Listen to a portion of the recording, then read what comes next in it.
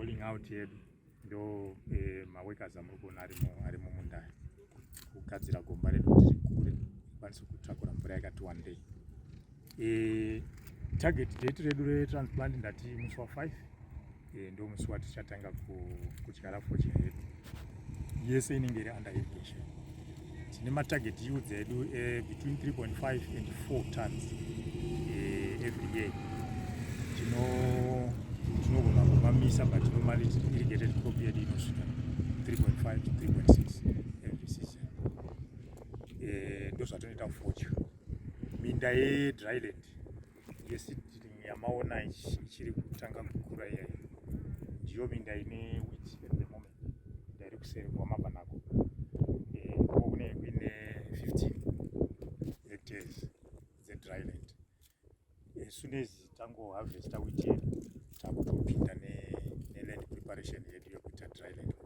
Saka in total tinenge tine 50 hectares panapa dzetobacco.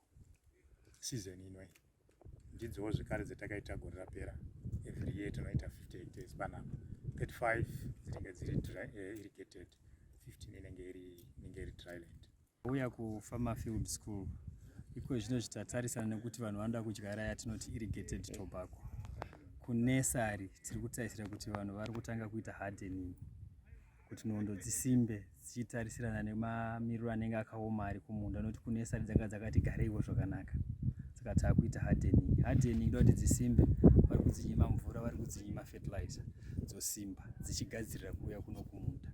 Pari kuitwawo hardening tichiita futi gadziriro yekupedzisira kuno kumunda kuti zvinhu zvedu zvichimira zvakanaka. Imwe gadziriro yekuno kumunda inenge yakatanga kunana February, March, April vanhu vachirima. Tinoda kuti vanhu varime zvakanaka pasi panyure, kana riri geji roenda kana kurula nehafu 45 centimeters. Tinoziva sei kuti munhu asvitsa rula nehafu 45 centimeters? Seni samudhumeni tinofamba nesimbi yangu inonzi soil probe.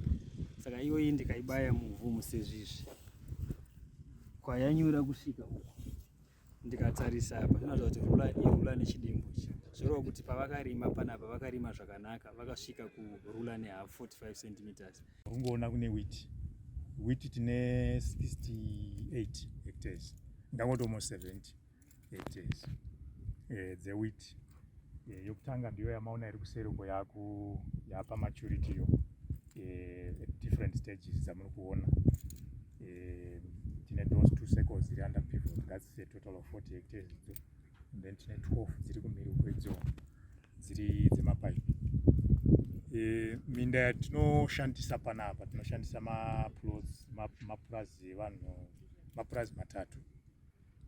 On average each farm rine about 65 hectares.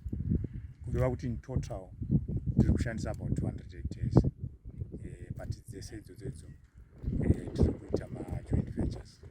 Ini handina purazi, handina munda wangu wandinoti ndewangu.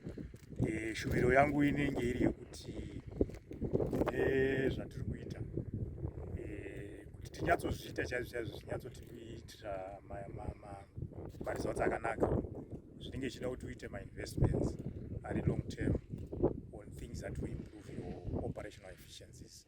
Irrigation yedu, ma-curing facilities yedu, nezvimwe zvakadaro, nepa yedu tichitoigara nayo pafamu redu.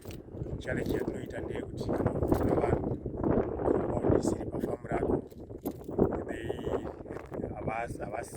havasi loyal, vanogona kungocinja, vanongouya vachitorwa. Saka shuviro yako ndeyekuti dange zvonge zvikwaniswa vanobva kuti apa ndopandinenge chiziva kuti takunyatsoinvesta tichiita production yedu tichiziva kuti we are doing it long term. Around mafarmers kune mamwe mafarmers edu ari stubborn around this farm. Vari kusiya maratuns, mastocks for quite some time.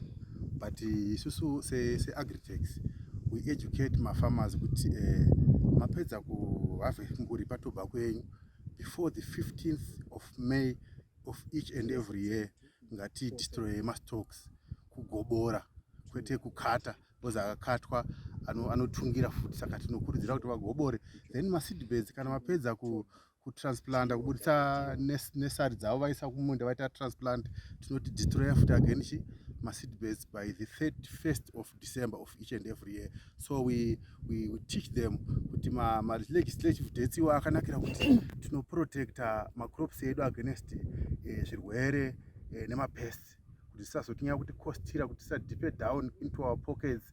Zvinozodhurira fama maprofits ake anenge akutodyiwa akitraya kurwisana nemapests and diseases anenge amunda. Sarai Vincent.